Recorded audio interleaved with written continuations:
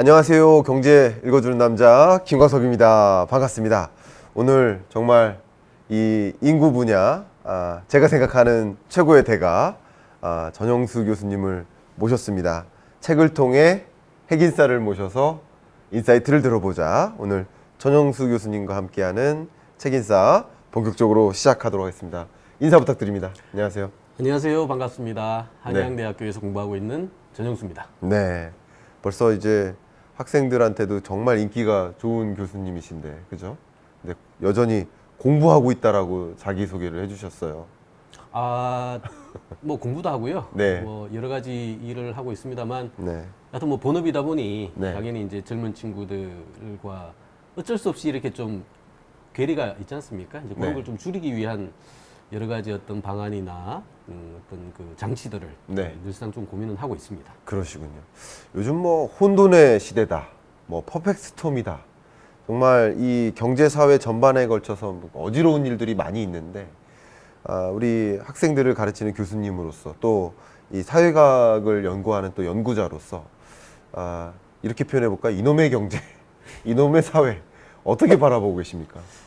네, 지적하신 것처럼 뭐 퍼펙트 스톰이다. 네. 뭐 굉장히 좀 그 살벌한 네. 단어들이 많이 나오고 있습니다만 그럼에도 불구하고 사실 좀 그 동의하고 싶지 않은데도 네. 동의할 수밖에 없는 상황인 것 같아요. 그러니까 늘상 사회라는 것은 쉽지 않아 왔고 또 네. 그 속에서 일부 퇴화가 있더라도 길게는 또 진화하는 그런 네. 어떤 역사성을 가지고 있는 특히나 한국 사회의 모습들인데 최근에 보여지는 상황은 정말 쉽지 않다. 많은 그 갈등과 불만 그리고 어떤 그 엇박자들이 단기간에 좀 많이 이렇게 좀 집중적으로 보여짐으로써 그것도 충격이 기성세대가 아니라 후속 세대인 청년 인구들에게 좀 집중되는 듯한 모습들이 있어서 정작 그들하고 같이 좀 호흡하고 그들의 어떤 미래를 좀 가이드해주고 싶은 입장으로서는 굉장히 쉽지 않은 상황이다라는 것을 좀 절감하고 한편으로는 좀 반성도 하고 하는 그런 상황인 것 같습니다.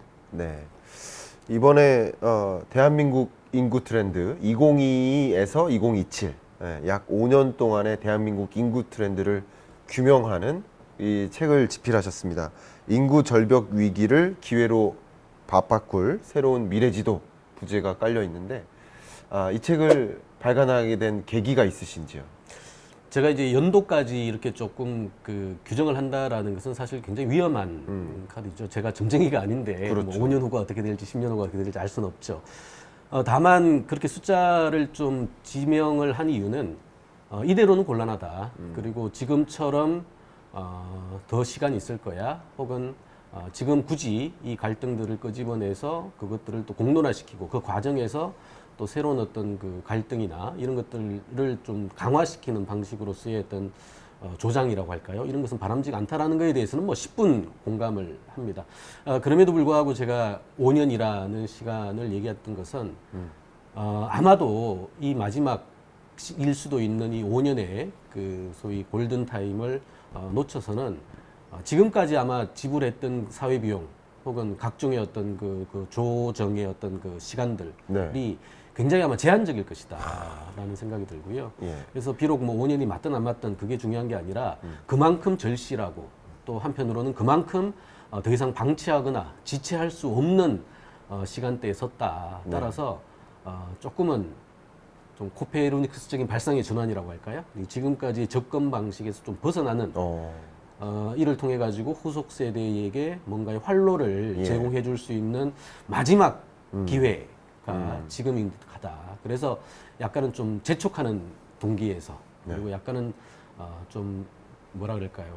그 위협적인 어떤 그 퍼펙트 스톰에 맞서 가지고 이길 수 있는 그 위기를 기회로 바꿀 수 있는 어쩌면 이제 절체절명의 시간이지만 또 어쩌면 굉장히 절호의 타이밍일 수도 있기 때문에 그런 식으로 좀 단어들을 좀 선택한 것 같습니다. 저도 이제 평상시에 교수님하고 이렇게 종종 대화를 하고 뭐 이렇게 커피 한잔 하면서 뵐 때마다 많이 배우고 있지만 오늘 말씀 속에서 그동안의 방식으로는 안 된다. 이제 전혀 다른 접근이 필요하다라는 그 말씀을 주실 때 이렇게 전율이 또 한번 돋았습니다. 정말 많은 것을 생각하게 해야 될 것이고 지금까지의 접근 방식이 아닌 또 다른 접근 방식을 고민해야 될 그 시점으로서 교수님께서 어떤 부분을 좀 강조하실지 기대가 많이 됩니다. 그래서 제가 이번에 요청을 좀 드리고자 하는데 3분 미니 강연입니다. 준비되셨습니까? 네. 미니 강연의 주제는 인구 오너스 시대 무엇을 준비해야 하는가? 자, 미니 강연 박수로 청해 보도록 하겠습니다. 네. 네, 인구 오너스의 시대가 이제 시작이 된 것 같습니다. 사실 지금까지 대한민국 사회는 인구 보너스의 시대였죠. 그래서 우리가 자본이나 노동의 그 공급량만큼 성장들이 이루어지는 어쩌면 굉장히 교과서적이고요. 또 어쩌면 굉장히 익숙한 방식으로서의 어떤 경제 구조들에 우리가 지금까지의 경로들을 밟아왔던 것 같아요. 근데 앞으로는 인구 오너스, 보너스가 아니라 정반대의 상황, 오너스의 상황이 펼쳐질 것 같은데 이런 상황 속에서 어떻게 갈 것인가에 대한 고민들이 지금 이제 필요한 것 같습니다. 비유하면 이런 거죠. 60년대의 철학이 70년대의 제도로 구체화돼서 지금 2022년 현재의 상황을 적용하려고 하고 있다라는 게 가장 큰 것 같아요. 영어로는 미스매칭이라는 단어를 쓸 수도 있을 것 같고요. 지금 후속 세대들은 그것을 너무나 잘 알고 있는 것이죠. 결국 기존의 고성장 모델 때 만들어졌던 여러 가지의 작동 방식, 질서라는 것들이 더는 유효하지 않고 더 중요한 건 유효성을 넘어서 사실은 굉장히 많은 불행과 갈등들을 만들어내면도 불구하고 그것들을 수정하거나 재구축하려고 하는 그 어떤 그 기회나 흐름들이 없다 보니까 후속 세대들은 실망하고 또 그 속에서 불행을 느낄 수밖에 없고요. 그러다 보니 소위 미래의 위험을 현재로 당겨와서 구체화시키는 굉장히 이제 하이리스키한 선택입니다만 가족을 결성하는 이 카드를 멀리할 수밖에 없는 것이죠.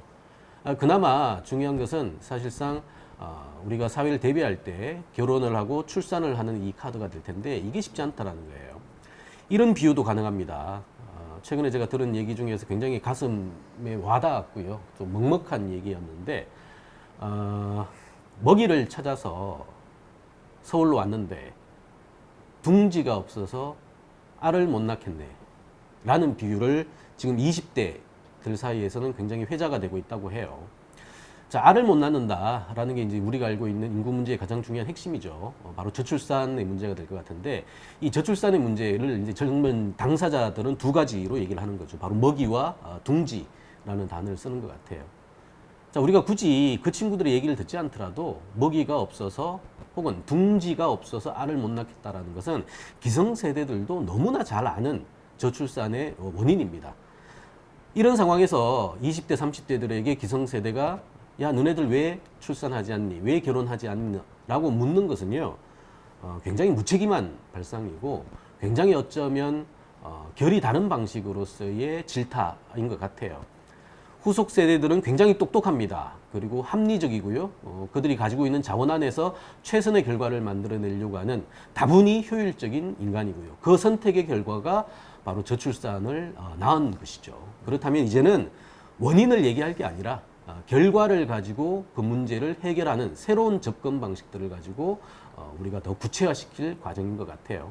즉 60년대 만든 이 철학들, 그 다음에 70년대 구체화된 이 제도들을 2020년의 현대사회에 맞게끔 재구축하고 재구성하는 작업들이 있어질 때 사실은 후속 세대들에게 적어나마 이 실천이라든가 이 실현의 어떤 그 돌파구를 던져줄 수 있는 것 같아요. 그런 점에서 놓고 본다면 지금 굉장히 필요한 것은 기성세대의 새로운 인식들인 것 같고 이 기성세대의 새로운 인식은 그들의 어떤 내려놓음, 그 다음에 그들이 가지고 있는 자원을 세대 이전시킬 수 있는 다양한 방식으로서의 어떤 그 채널들을 통해 가지고 젊은 세대들에게 희망을 줄 수 있어야 되고요. 결국 그 젊은 세대들의 희망이라는 것이 한 바퀴 돌고 나면 기성세대들이 그토록 원했던 그들의 어떤 활로와도 직결될 수밖에 없는 마치 메비우스의 띠처럼 지금 이 상황이 자기한테는 뭔가 불합리하고 좋지 않은 결과를 만들어낼 것 같지만 이게 한 바퀴 돌고 나면 결국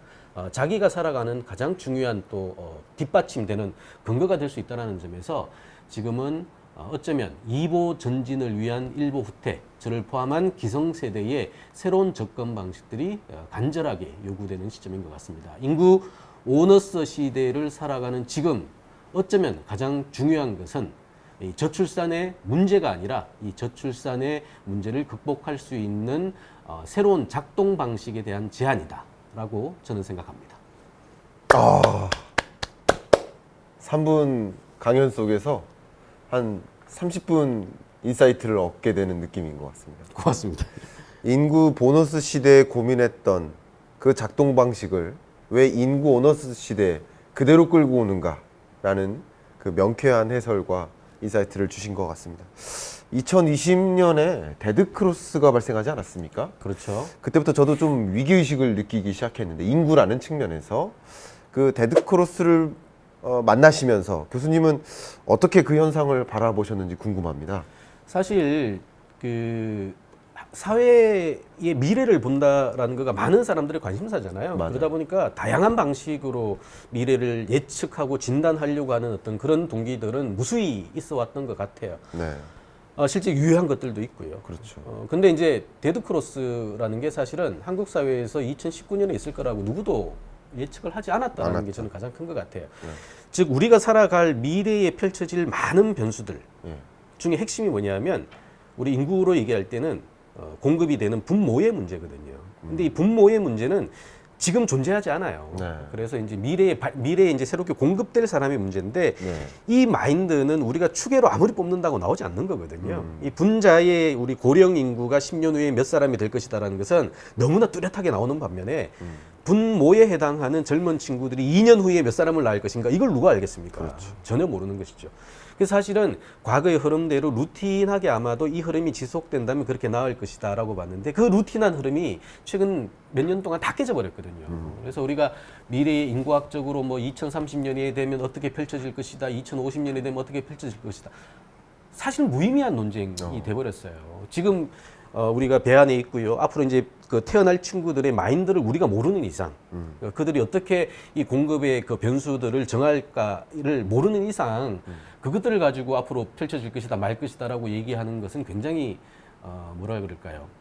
근거 없는 예측이고 추정일 수밖에 없고 그런 것들이 사실은 2019년에 데드크로스가 발생했던 가장 중요한 것 같아요. 그 이전 2015년에 추계했던 거 데드크로스는 원래 2029년이었거든요. 그렇죠.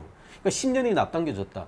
그게 왜 몇 년 동안 그렇게 빨리 앞당겨졌을까? 핵심은 우리가 모르는 젊은 세대들, 후속 세대들의 머릿속에 있는 거거든요. 네. 근데 이러다 보니까 머릿속에 있는 걸 가지고 앞으로 이제 기성세대의 마인드 속에서 이렇게 될 것이야라고 추정을 하다 보니 늘 예측은 엇나갈 수밖에 없는 것이고 왜? 젊은 친구들은 아까도 얘기했습니다만 이런 거예요. 작년에 우리가 0.81명 아닙니까? 네. 우리 젊은 친구들 이런 얘기까지 합니다. 0.81명? 도대체 누가 낳는 거야?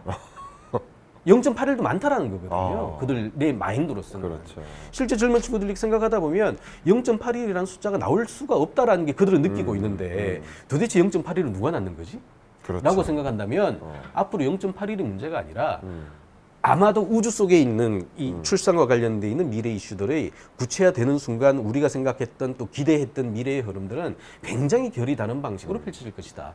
그렇다면 데드크로스가 왜 발생했을까에 대한 문제가 아니라 그거는 훨씬 더 빨리 다가올 수밖에 없는 운명일 수밖에 없는 거고요. 만약에 그렇다면 대한민국이 그리고 있는 1년 후, 2년 후 혹은 5년 후, 10년 후의 그림들은 우리의 예측을 너무나도 크게 벗어날 것이다. 네. 그럴 거에 대한 우리가 준비가 돼 있느냐, 대응력이 있느냐라는 게 굉장히 중요한 포인트가 될 수밖에 없는 거죠. 그렇군요. 정말 이 합계 출산율 0.81명 이것을 전제로 인구 추계를 한 거 아닙니까? 통계청도. 근데 그 인구 추계 결과도 어떻게 보면 0.81이라는 전제하에 한 건데 그거마저도 과하다. 그러면 우리가 곧 임박하게 될 이 인구 구조의 변화는 생각했던 것보다 더 급변할 수 있겠구나 하는 그런 생각을 갖게 만드는데 그 과정에서 지금 가장 많이 등장하는 키워드라고 해야 될까요? 지방소멸이라는 이슈입니다. 이 지방소멸이 현실화되고 있다라는 그런 위기의식도 있는 상황이고요. 이 부분은 어떻게 진단하고 계신지 궁금합니다.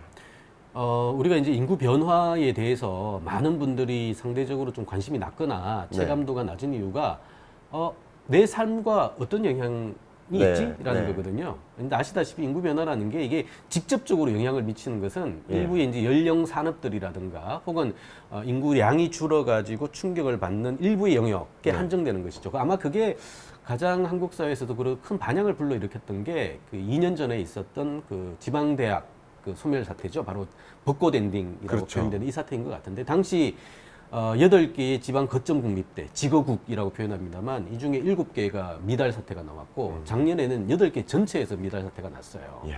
근데 이게 왜 발생했을까? 포인트는 두 가지입니다. 지방에서 태어나는 젊은 친구들이 일단 양적으로 줄었어요. 그렇군요. 이게 이제 데드크로스 얘기죠. 네. 자연 감소가 있고요.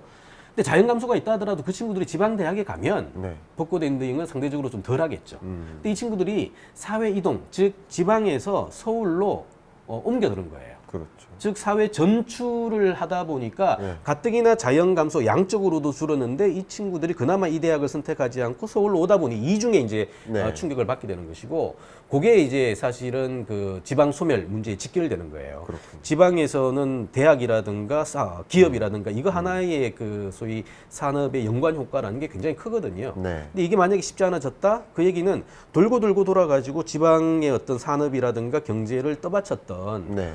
기본 구조 자체가 황폐화된다는 걸 의미하는데 네. 자 이러다 보면 사실은 지방에서 이제 자조적이고 자립적으로 돌아갈 수 있는 지방 생태계가 사라진다라는 것을 의미하죠. 실제 이제 2년 동안 이런 사태가 발생하다 보니까 지방의 이제 그 기업들 같은 경우에는 옛날에는 그래도 뭐 지거국 출신이다 뭐다 해서 우수 인재들을 해당 거점 공간에서 공급받을 수가 있었는데 이제는 거의 대부분의 친구들이 서울로 향하거든요. 그러다 보니까 기업에서 필요한 인적 자원도 고를 수가 없는 상황이 된 거예요. 그래서 멀쩡하게 그 기업 활동을 하려고 했던 사람들도 이제 서울 수도권으로 기업의 토대 자체를 옮겨버리는 상황. 그렇죠.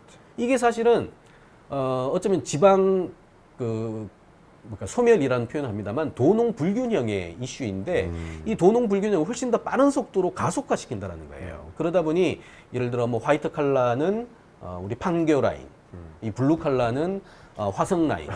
이 라인을 못 찾아가면 젊은 친구들이 일자리가 없다, 먹이가 없다라는 것을 이미 공감을 하고 있다라는 거거든요. 그렇죠. 그러다 보니 사실은 놔뒀다면 더 그나마 이 불균형의 문제가 조금 시차를 가지고 발생할 텐데 이게 일시에 동시다발로 발생하다 보니 지방에서의 소멸의 속도가 훨씬 더 빨리 발생할 수밖에 없고 이게 전적으로 서울 수도권의 과밀의 문제, 집중의 문제로 새로운 또 그 도시 문제를 양산하게 되는 구조가 되는 것이죠.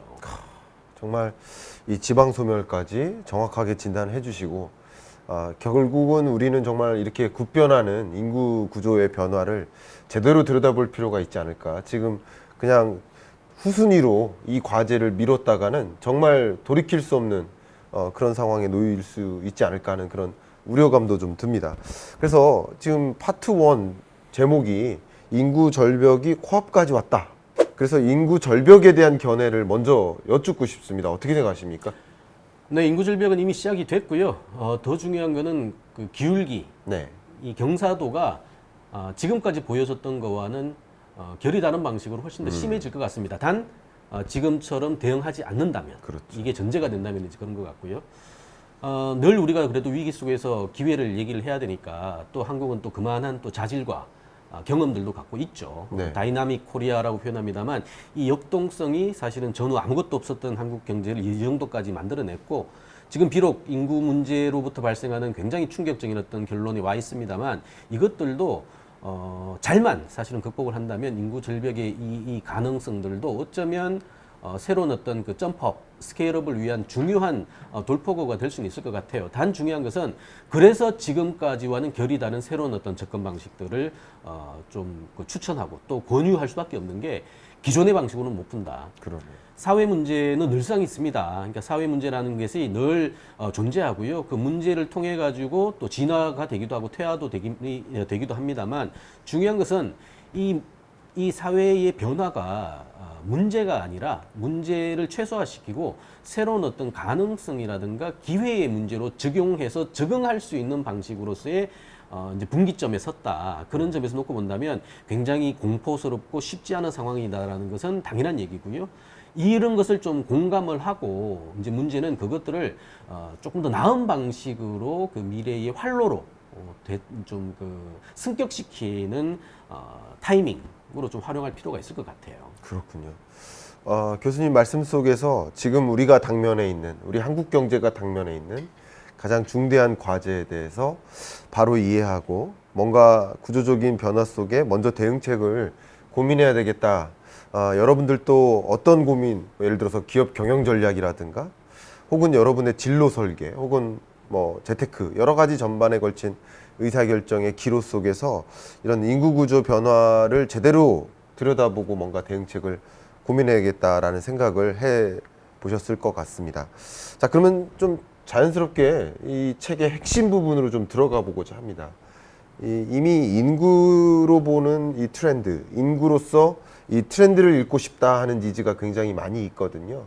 그래서 이 경제, 일자리 이런 부분에 걸쳐서 인구가 가져오는 트렌드 그런 것들 어떤 것들이 있는지 한번 설명해 주시면 감사하겠습니다.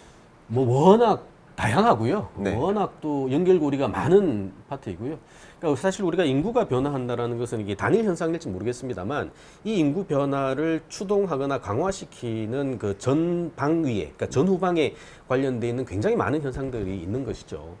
아마도 그 먹이와 둥지의 이슈라면 이 먹이 바로 고용의 이슈가 될 것 같은데 가장 큰 건 이런 것 같아요. 먹이가 안정적으로 공급되고 조달되는 상황에서는 네. 후속 인구들의 청년 인구들의 그 삶의 불확실성은 상대적으로 옅어질 것이다.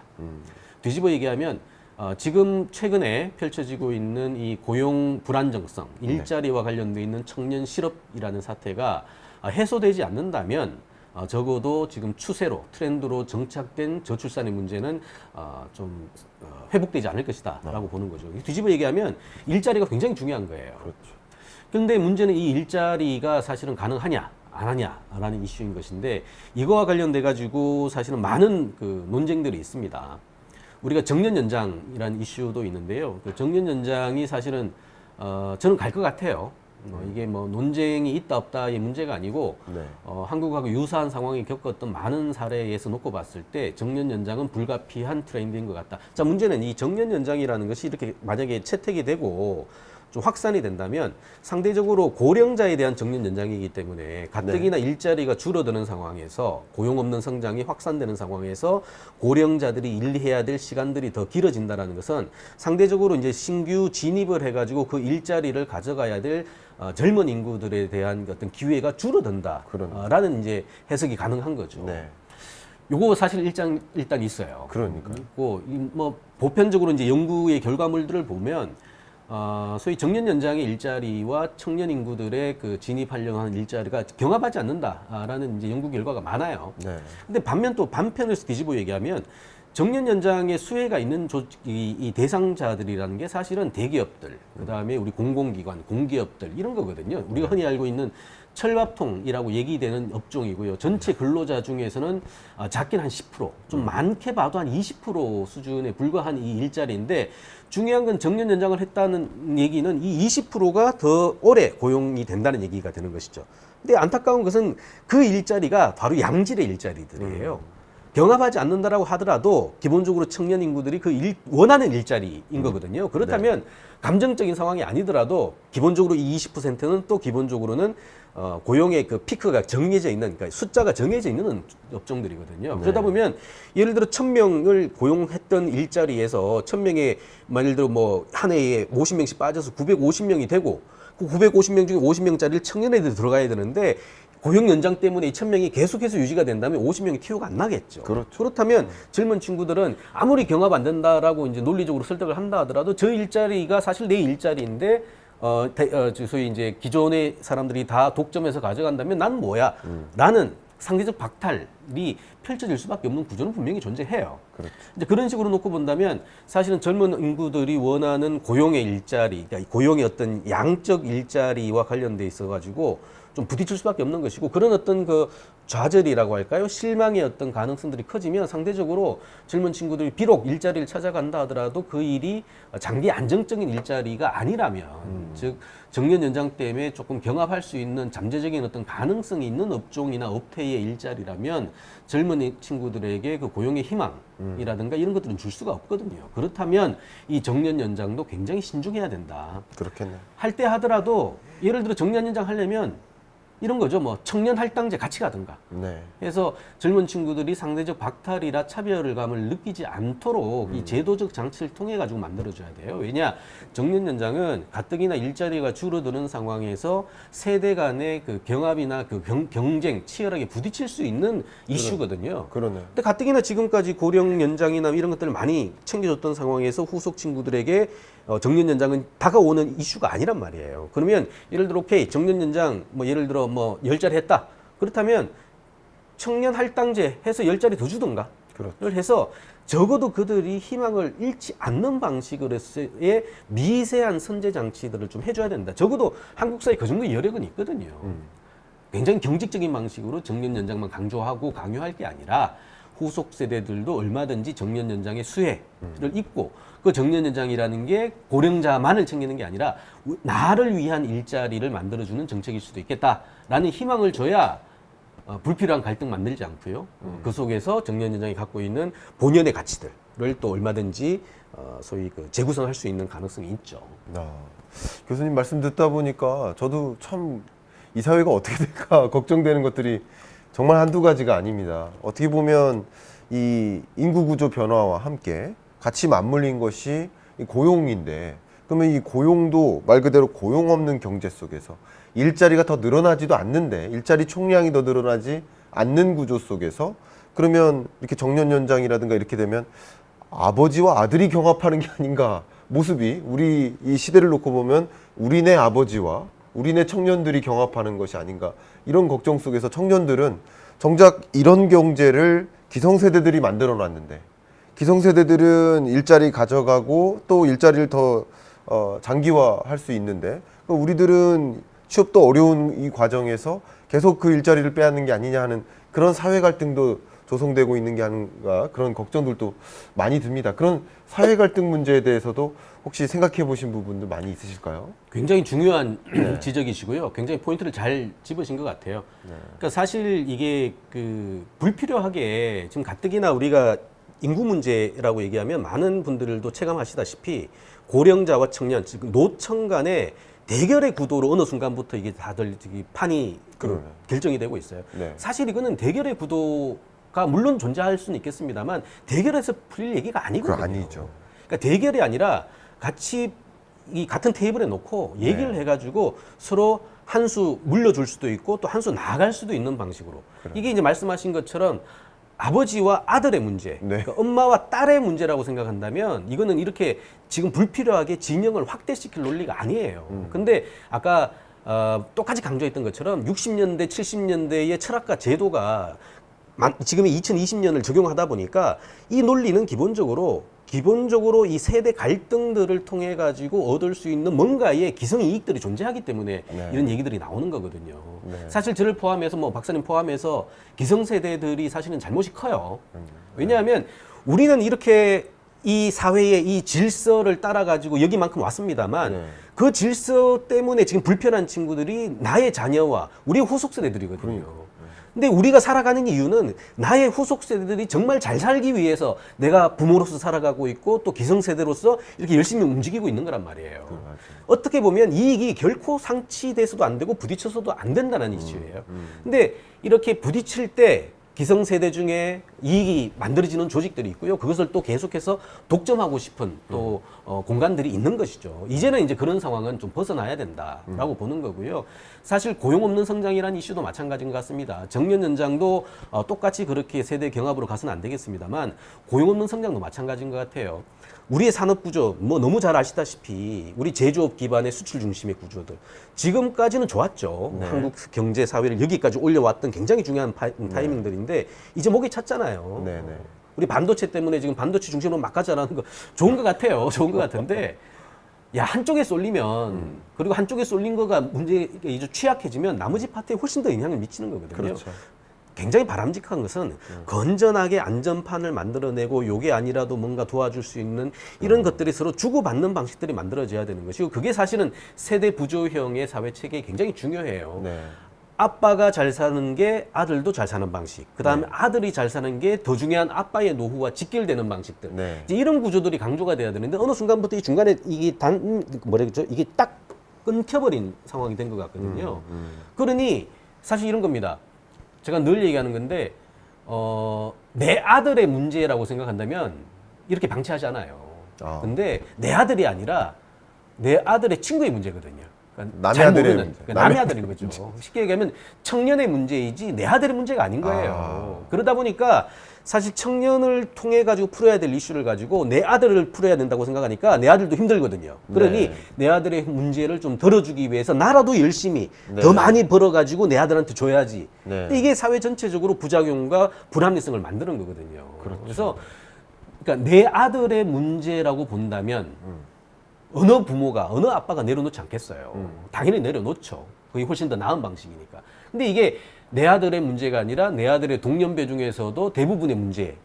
그러니까 그네들의 문제인 거지 내 아들의 문제가 아닌 거거든요. 그렇죠. 그러니 내 아들이 그네들의 문제에 포섭되지 않도록 나라도 열심히 벌어가지고 즉 기성 이익들 기존의 어떤 뭐라 그럴까 이해관계를 네. 극대화시켜가지고 적어도 내 아들한테만큼은 줘야지. 네. 이게 이제 수저 논쟁하고도 같이 가는 거거든요. 그러네요. 그러니까 그러다 보니까 사실은 공고하게 이 세대의 자연스러운 이전들이 발생해야 되는데 한편에서는 계속해서 그 이익을 주려고 얘기하고 그 이익을 줬을 때 내 아들한테 편한 방식이라고 오해를 하고 있는 것이고 그러다 보니 대부분의 그렇게 하지 못하는 많은 기성세대들은 포기하게 되고 연기하게 되고 그러다 보니까 본능 자체를 실현할 수 없는 구조까지도 여기 와 닿는 거거든요. 그러네요. 그게 최근 5년 동안 말도 안 되는 이 저출산의 숫자로 우리가 확인을 한 거였었어요. 그렇다면 이제는 달라져야 된다. 더 이상 핑계 대지 말고 더 이상 물러설 곳 살펴보지 말고 이제는 없어요. 물러설 곳도. 절벽이 바로 이 뒤에 있는데 나만 잘 살겠다, 내 아들만 챙기겠다라는 사고체계 곤란하다라는 것이죠. 그래서 기성세대, 뭐 당연히 저를 포함해서 아마 대타협의 가능성들을 이제는 모색해야 된다라는 겁니다. 물러설 데가 없다. 이 말씀이 다시 한번 이 전율을 돋게 만들으셨고요. 정말 이 사회 갈등하고 뭔가 뭐 경합하고 이런 것이 아니라 같이 상호 보존적으로 이 문제를 해결해야 되겠다는 생각도 들었고요. 또 우리가 당면에 있는 과제들이 너무 많아요. 특히 22년 하반기 지금 이런 과정 속에서 이런 구조적인 인구 문제에 대해서 고민하지 않는 경우도 또 많이 있는 것 같아요. 그러나 이 당면한 일이라고 생각하고 물러설 데가 없는 일이라고 생각하고 이 인구 문제를 좀 해결하는데 뭔가의 대응책을 같이 고민할 필요가 있지 않을까 이런 생각을 좀 갖게 됐습니다. 이 책인싸의 공통 질문 시간이 있습니다. 부디 이 질문의 의도는 우리 책인싸 우리 초대된 책인싸의 진땀을 흘리게 당황스럽게 만들기 위한 그런 질문인데 과연 어떻게 답변하실지 궁금합니다. 인구 감소가 정말 문제인가? 인구가 오히려 줄어야 된다라고 생각했던 시대도 있었고 인구가 또 늘어야 된다고 생각하던 시대도 있었고 근데 인구 감소 자체가 자연스러운 현상 아닌가? 인구가 또 줄어야 자연스럽게 일자리도 상대적으로 더 지금처럼 일자리 문제도 또 없어지고 미스매치 문제도 없어지고 그런 거 아닌가? 그러니까 인구 감소가 왜 문제인가? 이런 의문을 좀 제기할 수 있는데 어떻게 보십니까? 굉장히 당혹스러운 질문이고요. 일단 인구가 줄어들면서도 잘 살았으면 좋겠습니다. 네. 아마 그런 취지에서 이런 질문들을 하실 것 같고요. 네. 자, 인구가 줄어든다. 그 얘기는 우리 분수로 생각하면 되죠. 그러니까 분모가 줄어드는데 분자량이 그대로다. 즉, 사람의 숫자는 줄어들었는데 산출된 부가가치 양은 이게 그대로거나 혹은 늘어난다면 당연히 n분의 1이니까 네. 가져갈 수 있는 양은 더 많아지겠죠. 그렇죠. 그런 점에서 굉장히 바람직하다라고 볼 수가 있을 것 같습니다. 그리고 한국 사회가 그렇게 갔으면 좋겠어요. 네. 근데 중요한 거는 그렇게 가기 위해서는 많은 것들이 필요하다. 뒤집어 얘기하면 지금까지 그런 사례가 없다. 라는 게 큰 것 같고요. 네. 전 세계에서 지금 총 인구 감소 국가는 2011년도에 일본이 최초이고요. 우리가 2021년에 총 인구 감소 2호 국가가 됐습니다. 자, 인구가 줄었어요, 이제. 네. 일본이 과거 10년 동안 인구가 줄었는데 삶이 좋아졌나요? 라고 제가 다시 한번 반문을 좀 드리고 싶고요. 네. 두 번째, 멀리 갈 필요도 없습니다. 인구가 줄어들었는데 잘 사는 공간, 대한민국에 있습니까? 라는 거죠. 지금 지방 지역 가보세요. 인구 많이 줄고 있거든요. 네, 네. 대표적으로 자연 감소도 되고 있고 사회 전출 때문이라도 네. 지금 쉽지 않은 상황이 펼쳐지고 있는 것이죠. 대낮에 읍면동 단위 한번 가보십시오. 가보시면 낮에 정말 한 65세 이상 고령 인구들 일부 제외하면요. 경제 활력 없고요. 네. 아, 이 동네에서 어떻게 살 수 있을까라고 생각이 들어요. 예. 자, 그 속에서 인구가 줄어들었는데 우리 잘 살고 있어라는 표현이 가능할까라는 것이죠. 서울 인구 줄고 있잖아요. 서울에 살고 있는 사람들이 해피한가요? 라는 것이죠.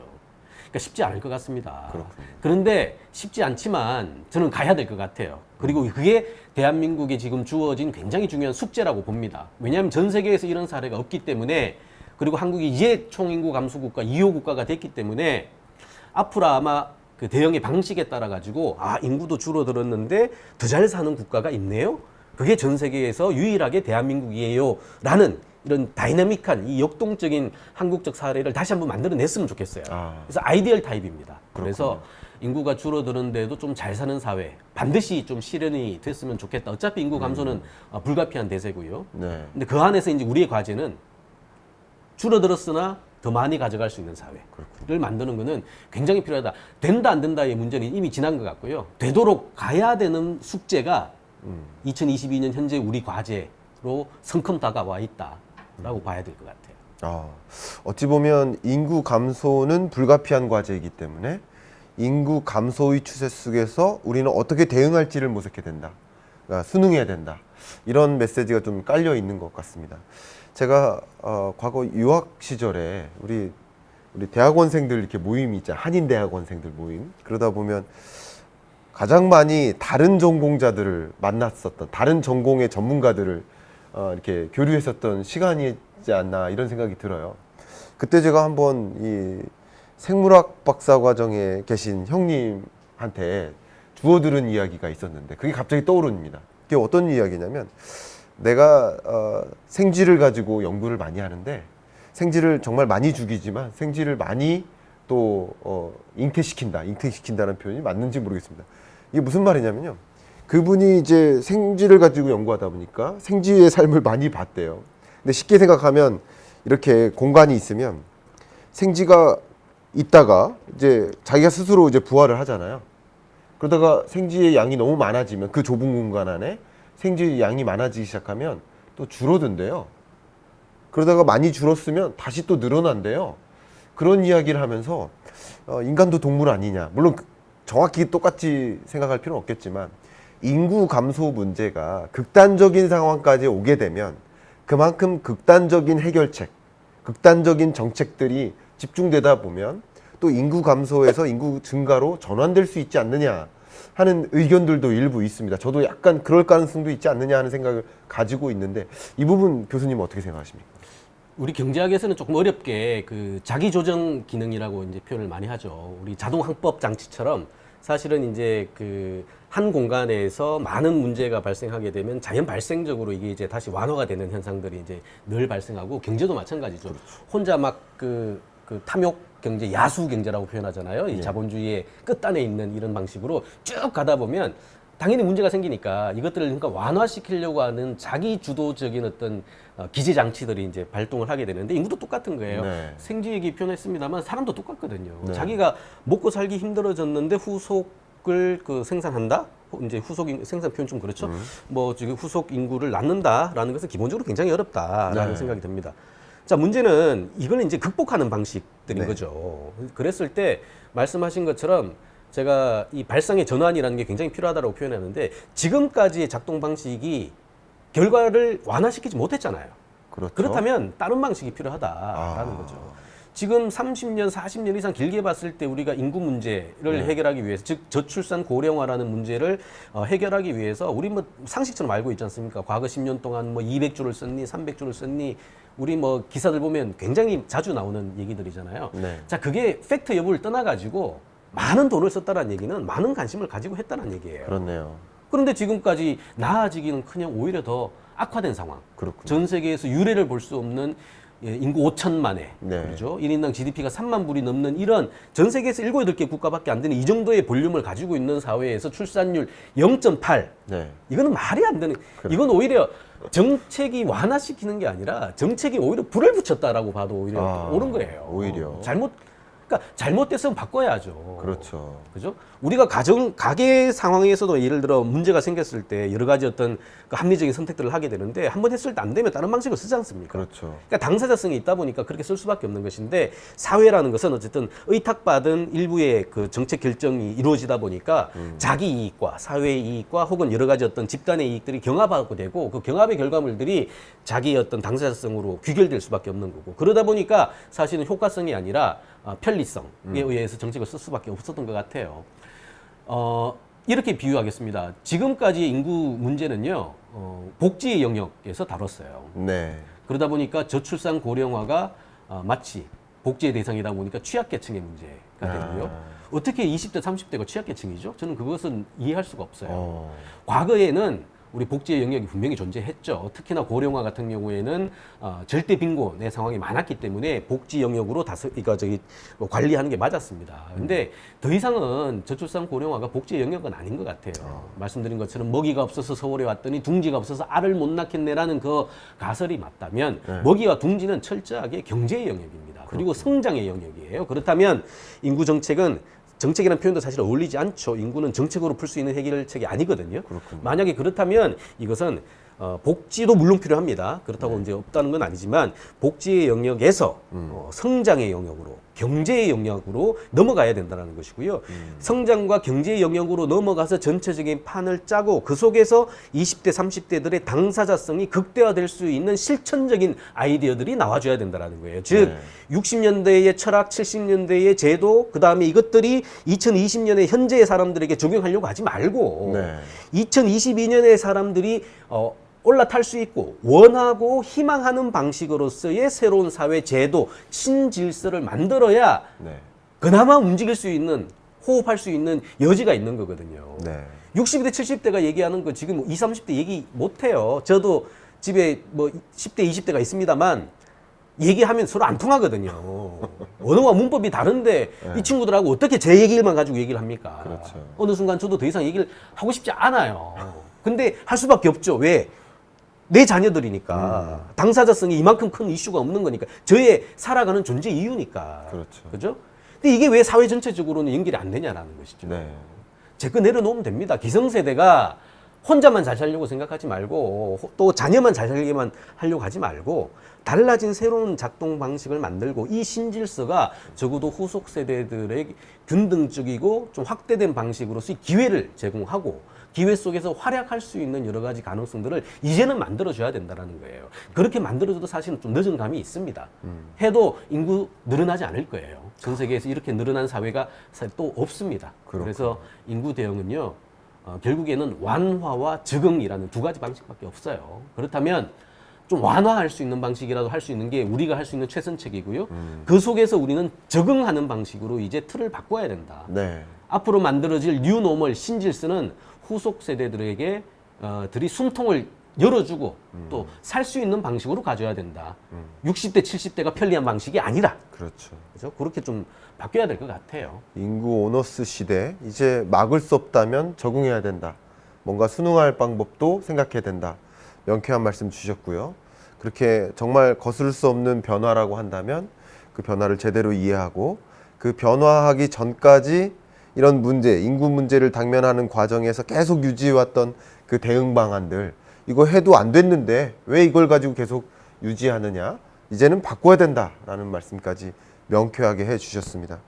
지금 이 인구 문제와 관련해서 가장 많이 이제 부상하는 그 주제가 국민연금 고갈 문제입니다. 이 국민연금 고갈에 대한 이 논의가 굉장히 뜨거운 상황인데요. 굉장한 화제죠. 그래서 이것도 인구 문제하고 정말 직결되는 그런 사안인데 국민연금 개혁에 대한 교수님의 견해는 어떠신지요? 사실 국민연금이야말로 60년대, 70년대의 제도와 철학이 만든 대표적인 기성제도죠. 세대 부조형의 소위 복지체계의 핵심입니다.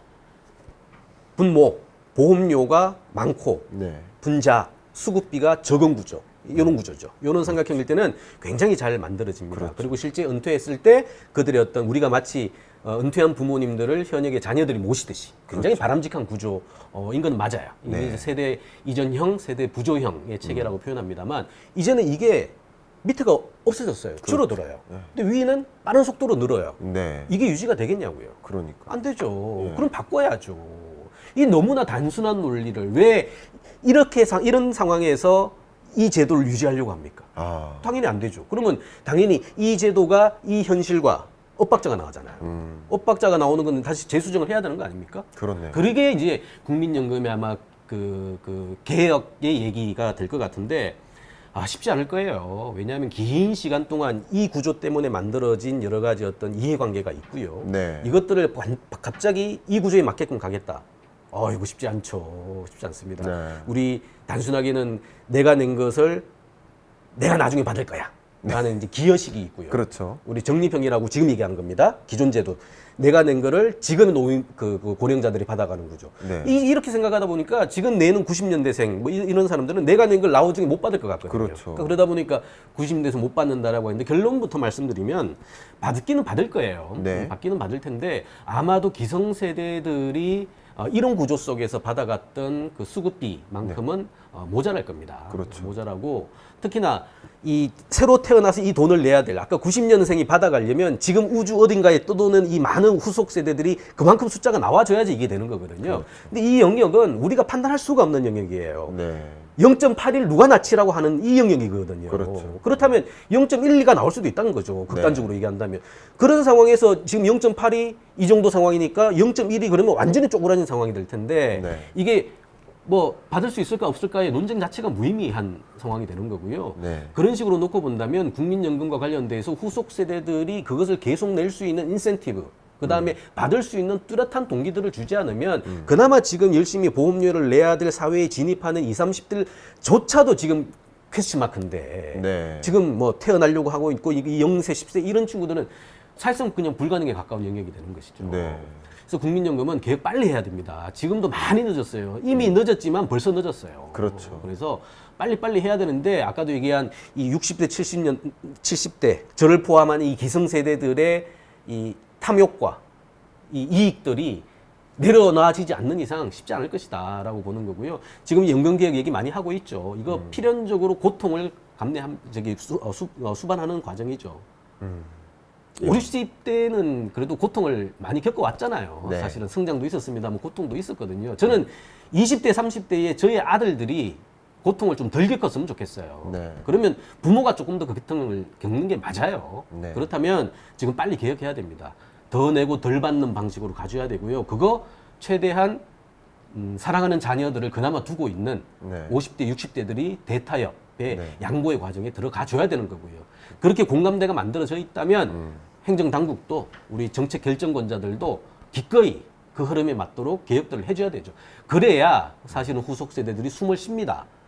기존 제도들 끊임없이 본인들이 더 가지려고만 생각을 하다 보니 밑에 애들이 이런 의심을 갖게 되고 이 의심이 확신이 되는 구조. 그러다 보니까 내가 왕자를 낳아야 되는데 내가 노예를 왜 낳냐라는 얘기까지가 나오고 있는 거거든요. 그렇군요. 나의 자녀가 왕자가 될 수 있도록 확신을 줘야 되고 그들이 그렇게 확신 속에서 움직일 수 있도록 희망을 줘야 되는데 내가 낳아서 나보다 못난 삶을 살아갈 것이라고 생각하는 20, 30대에게 출산이라는 너 왜 애기 안 낳니? 라는 네. 이 말도 안 되는 얘기들을 하고 있는 작금의 현실이라는 게 틀린 것이죠. 저는 그 첫 번째 돌파구가 국민연금의 신속하고 네. 또 굉장히 또 발상이 전환적인 개혁들이 출발이 돼야 된다라고 봅니다. 정말 이 세대가 말 그대로 이 피라미드형에서 역피라미드형으로 국민연금도 이렇게 완전히 바뀌고 있는데 기성세들이 이 변화를 당장 직면에 있으면서도 변화의 직면에 있으면서도 이 연금 개혁을 계속 지체하고 있는 이런 현상은 또 문제가 아닌가 이렇게 지적을 해볼 만큼 정말 중요한 현안인 것 같습니다. 방금 교수님께서 너 왜 아이 안 낳니? 라고 이제 기성세대가 청년들한테 이렇게 질문하는 그런 것들도 어떻게 보면 꼰대적인 발상이 아닌가 이런 생각을 저도 해볼 수 있는데 교수님은 혹시 어떻게 생각하십니까? 이 청년들이 왜 지금 현재 아이를 안 낳고 있다고 생각하십니까? 이걸 제가 물어보는 이유는 안 낳는 것이 당연하다, 당연하지 않다라는 논리가 아니라 그럼 안 낳는 이유를 제대로 알아야, 그죠? 그래야 뭔가 대응 방안을 또 생각해 볼 수 있다는 측면에서 여쭙는 겁니다. 왜 안 나올까요? 사실은 굉장히 이제는 무의미한 질문인 것 같아요. 이제는 너무나 잘 알죠. 다 합니다. 사실은 모르는 사람 아무도 없어요. 그래요. 그죠? 뭐 이게 이제 우선순위를 가지고 뭐가 먼저냐 가지고 이제 좀 왔다 갔다 할 수는 있겠습니다만 네. 출산을 해야 될 이유는 없고 네. 안 할 이유만 많은데 누가 하겠어요. 더 중요한 거는 네. 그런 판단을 할 수 있을 정도로까지 후속 세대들이 이제 합리적이고 효율적이고 똑똑해졌어요. 그렇군요. 자, 그렇다면 당연히 낳지 않을 이유가 뭔지 우리가 정확하게 알아야 되겠죠. 그래서 그렇죠. 너 왜 안 낳니가 아니라 예. 너 뭐가 불편하니? 아, 라고 가져야 되는 거예요. 질문이 바뀌어야겠네요. 바뀌어야 되죠. 예. 그러면 이제 불편한 얘기를 좀 하겠죠. 네. 이 불편한 부분들을 우리가 집중적으로 발굴해가지고 그 불편함을 적어도 완화시켜 줄 수 있는 방향으로 가져야 된다는 것이. 네. 아마도 여러 이유가 있을 텐데 저는 첫 번째는 고용이라고 보고요. 두 번째가 주거라고 봐요. 네. 그렇다면 고용, 즉 장기 안정적인 선배들을 기성세대들이 가져갔던 즉 꼰대들이 아까 네. 말씀처럼 네. 꼰대들이 장악했던 이 양질의 일자리들을 후속 세대들이 바톤 터치해서 가져갈 수 있도록 만들어줘야 되는 해야 거고요. 된다. 그러려면 고용 없는 성장, 더는 이제 심화돼서는 안 될 것 같고요. 네. 이런 것들이 이제 내수의 진작이라든가 새로운 어떤 혁신의 어떤 산업이라든가를 통해 가지고 젊은 친구들이 호흡할 수 있는 양질의 일자리를 골라갈 수 있도록 많이 만들어줘야 돼. 그러려면 경제 정책이라고 표현했잖아요. 그러니까 규제를 완화시켜줘야 되고요. 시장에서의 혁신적인 기업가 마인드가 기본적으로 발휘돼 가지고 새로운 어떤 레벨업의 성장 함수를 추구할 수 있도록 해줘야 되는 것이고요. 두 번째는 사실 최근에 가장 큰 게 이거예요. 소위 주거입니다, 주거. 그렇군요. 아니, 12%의 공간에 52%의 사람이 살고 있어요, 서울 수도권에.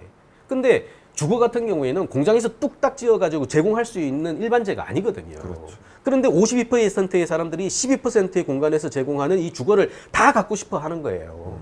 그러니까 일부의 금수저들은 자기 노력에다가 플러스 이제 부모의 지원에 힘입어가지고 빨리 사게 되죠. 근데 빨리 사게 되면 또 급등하다 보니까 앉아서 또 본인들이 기성세대화가 되는 거예요. 그렇네. 근데 대부분의 탈락하는 사람들은 꿈도 못 꾸고 계속해서 직업과 주거 공간이 멀어지는 상황이 발생하는 것이고, 직주가 멀어지는데 출퇴근에 지금 쏟는 시간에 하루에 2-3시간인데 어떻게 아기를 낳아요? 어떻게 자기 만족을 가지고 있으면 어떻게 워크라이프 밸런스가 만들어지겠습니까? 그러네. 근데 이런 복합적인 과제들이 만들어지는 거거든요. 그래서 극단적으로 얘기한다면 만약에 젊은 친구들이 아기를 안 낳고 본인들의 어떤 그 눈앞에서의 새로운 라이프 스타일을 선택하는 구조가 트렌드화로 된다면 어쩌면 인구 대응의 첫 번째 방침은 보건복지부가 아니라 국토교통부가 맡아야 돼요.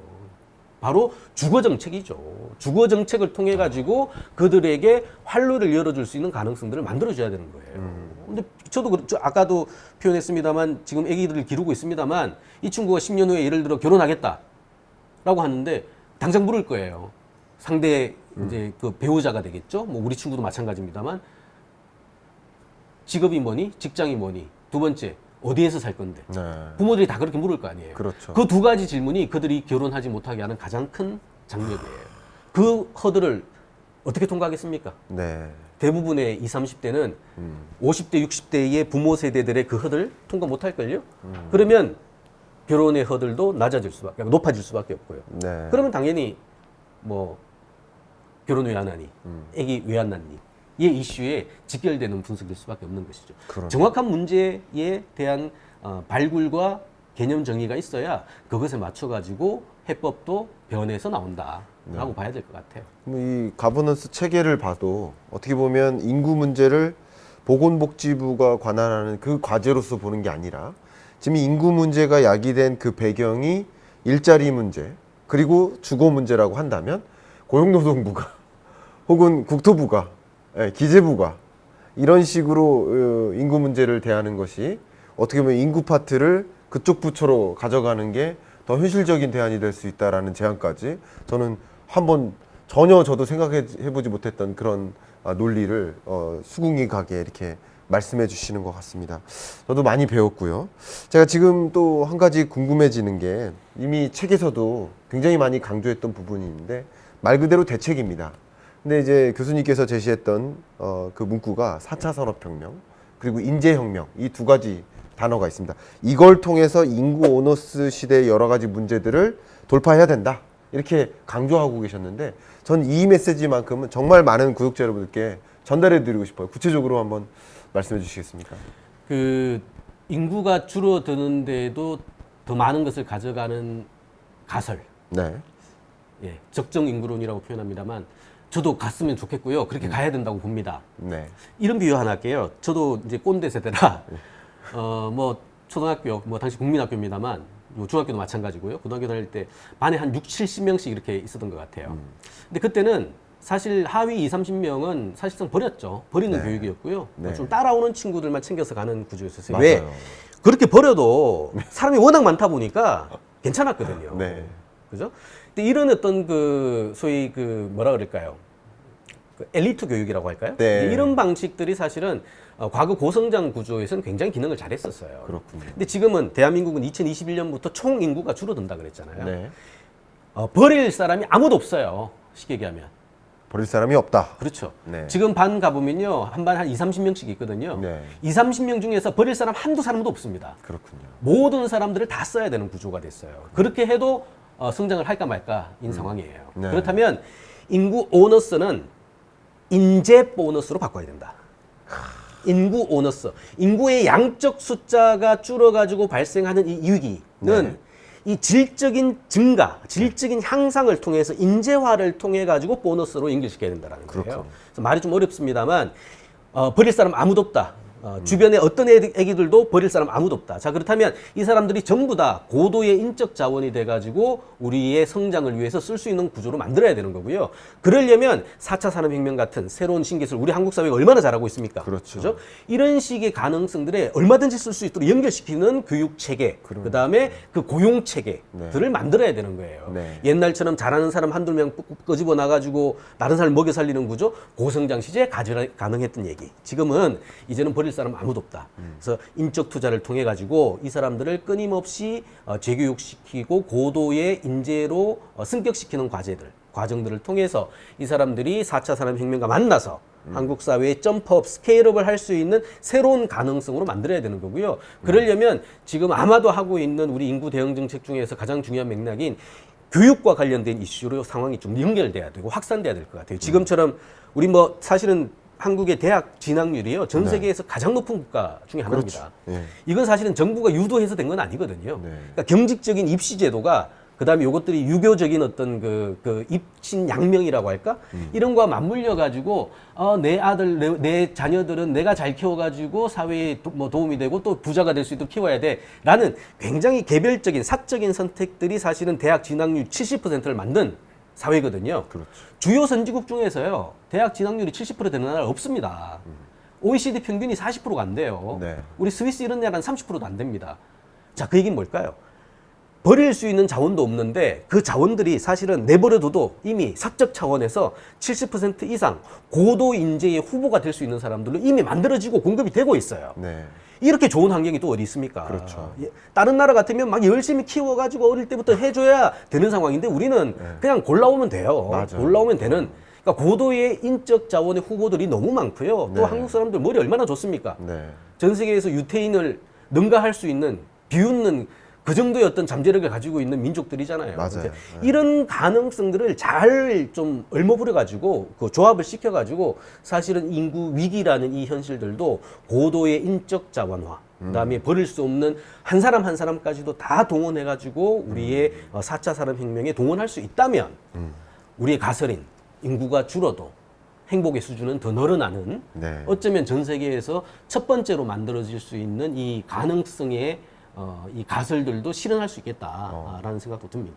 정말 교수님이 말씀하셨던 이 개혁적인 모델을 통해서 단순히 이 인구 문제를 문제로만 받아들이는 것이 아니라 뭔가 해결할 수 있는 돌파구 그런 건 해결할 만한 어떤 묘안을 생각할 수 있는 그런 기회도 되는 것 같습니다.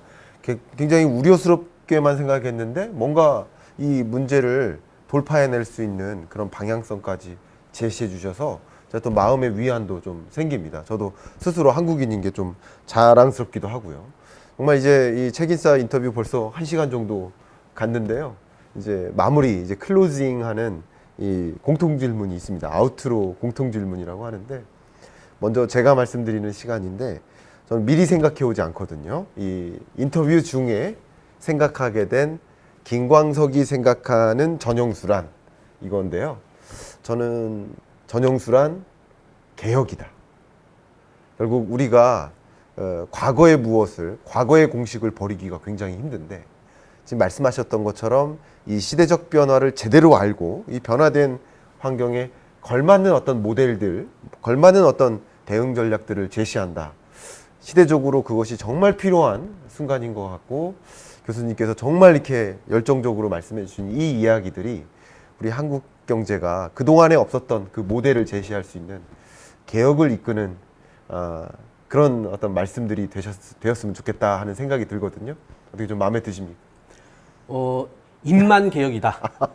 라고 말씀드리고 싶고요. 끝까지 겸손하게 그러시군요. 이제 더 필요한 건 이제 입이 아니라 네. 몸이겠죠. 그렇습니다. 그래서 네. 저를 포함해서 기성세대들이 조금은 쉽게 네. 그리고 조금은 효율적으로 새로운 제도, 새로운 질서를 만들고 그것들이 후속 세대들에게 구체적인 희망과 구체적인 행보로 연결될 수 있도록 좀 노력들이 필요할 네. 것 같고요. 이제 그렇게 해줘야 사실은 우리 한국 사회의 지속 가능성을 열어젖히는 중요한 아마 그 출발이 될 것 같고 그 출발은 역시 저를 포함한 꼰대라고 얘기를 하지만 후속 세대를 생각하는 꼰대. 네. 그다음에 입만이 아니라 이제 몸도 움직여줄 수 있는 그런 이 새로운 꼰대가 신질서를 만들어내는데 작은아마 좀 일조를 하는 타이밍이다라는 생각은 듭니다. 제가 여러 전문가들하고 얘기하다가 그 꼰대의 조건에 대해서 들은 적이 있어요. 근데 꼰대의 조건이라면 한 10가지가 부합돼야 되는데 마지막 그 조건이 뭐냐면 내가 꼰대인 줄 모른다. 그러니까 꼰대인 줄 저도 저를 스스로를 꼰대라고 생각하거든요. 꼰대인 줄 스스로 알면 그건 꼰대가 아니다라는 표현이었는데 교수님께서 초지일관 이렇게 겸손하게 말씀을 주셨는데 그 말씀들이 이 사회를 개혁으로 이끄는 하나의 돌풍이 됐으면 하는 그런 마음입니다. 자, 책을 통해서 정말 많은 메시지들을 이미 전달해 주셨는데 요약적으로 10글자 이내로 말씀해 주시는 공통 질문입니다. 책을 통해 전달하고 싶은 메시지 10글자 이내로 혹시 말씀해 주시겠습니까? 시간은 없다. 빨리 나서자. 빨리 나서자. 나서자. 딱 10글자. 시간은 없다. 빨리 나서자. 그러니까 인구 문제를 먼 훗날의 과제라고 생각하지 말고 지금 당면한 바로 오늘 해결해야 될 그런 과제로서 대응책을 모색해야 된다. 여러분들도 이 인구 구조 변화를 제대로 이해하시고 그 변화 속에서 어떤 준비를 할까 하는 것들을 모색할 수 있는 그런 시간이 되셨기를 바랍니다. 자, 거의 마지막 부분인데요. 교수님이 생각하시는 인구 문제 대책, 지금까지 그 대책에 대해서 쭉 말씀해 주셨는데 혹시 빼먹은 게 있다. 아니면 인구 문제 대책 좀 이런 것들이 필요하다. 추가적으로 말씀해 주실 게 있다면 가감없이 한번 말씀 부탁드립니다. 간단하게 하나만 좀 강조드리고 싶은 건데요. 그러니까 문제를 해결하는 것은 굉장히 그 다중적인 이해관계자, 당사자들이 다 같이 모여가지고 또 많은 논의 속에서 최소한의 그 갈등들을 통해서 사실 만들어내야 되는 건데요. 지금 어쩌면 한국 사회에서 가장 중요한 것은 비단 인구 문제뿐만이 아니라 문제를 해결해내려고 하는 의지와 능력인 것 같아요. 그래서 의지와 능력, 많은 사람들이 이해관계자일 수도 있습니다. 근데 다만 이 의지와 능력의 출발은 저는 소위 거버넌스의 문제라고 봅니다. 그래서 의지, 정말 이 문제를 풀려고 하는 의지가 있는 것인가? 만약 의지가 있다면 그 의지가 제대로 실현될 수 있도록 능력을 재구성하라. 본인들이 능력이 없다면 그 능력을 갖춘 사람들에게 던져라. 자, 이 두 가지 의지와 능력만 사실은 2022년에 맞는 방식으로 제도화 시켜준다면 젊은 친구들에게는 그 자체가 굉장히 큰 활로가 될 수 있을 것이다 라고 봅니다. 의지와 능력 정말 많은 것들 전달해 주시는 그런 시간이었습니다. 저도 정말 많이 배웠고요. 마지막으로 이제 아우트로 질문으로서 나에게 책임사란 이 질문인데요. 다른 말로 이제 소감을 여쭙는 겁니다. 1시간 동안 저와 물론 뭐 자주 뵙지만 오늘 이 카메라 앞에서 이 인구 문제에 대해서 집중적으로 저와 이야기해 보셨는데 이 책인싸에 출연한 소감, 이것을 나에게 책인싸란 이렇게 질문 드리면 답변해 주시면 너무 감사하겠습니다. 한번 질문 드려보겠습니다. 나에게 책인싸란? 가려지지 않고 있는 그대로 날 것 그대로 얘기를 하다 보니까 약간은 고민스럽고 네. 약간은 당혹스럽기도 하고 네. 또 약간은 속이 시원합니다. 그렇군요. 다른 매체들하고는 좀 다른 것 같아요. 이제 그런 그렇습니까? 점에서 예. 사실은 약간 뭐 위험 수위를 넘긴 수준도 있습니다만 네. 그래도 뭐 평소에 생각했던 지론들이고 네. 또 평소에 가졌던 고민들이라 네. 그 당혹스러움을 이겨낼 수 있는 새로운 신선함이 저에게는 더 큰 것 같습니다. 좋았습니다. 너무 감사합니다. 당혹스러움을 이겨낼 수 있는 신선함 이렇게 표현을 해주셨습니다. 대단히 감사한 말씀이고요. 저도 그리고 또 여러분들도 이 교수님의 어떤 지론 그리고 지략 이런 것을 통해서 정말 많이 배울 수 있는 시간이 되었을 것 같고 또 부족한 부분들은 또 책을 통해서 어떤 인구구조 변화가 있나 어떤 트렌드가 있나 이런 것들을 27년까지 전개될 그 구조적 변화를 먼저 한번 들여다보시고 그 속에서 나는 어떤 대응을 해볼까 어떤 움직임을 나도 가져볼까 그냥 지켜만 볼 것이 아니라 그냥 바로 내가 오늘 행동해야 되겠다 이런 생각으로 임해 주시길 또 부탁드리는 마음입니다. 오늘 수고해 주셨습니다. 감사합니다. 고맙습니다. 네.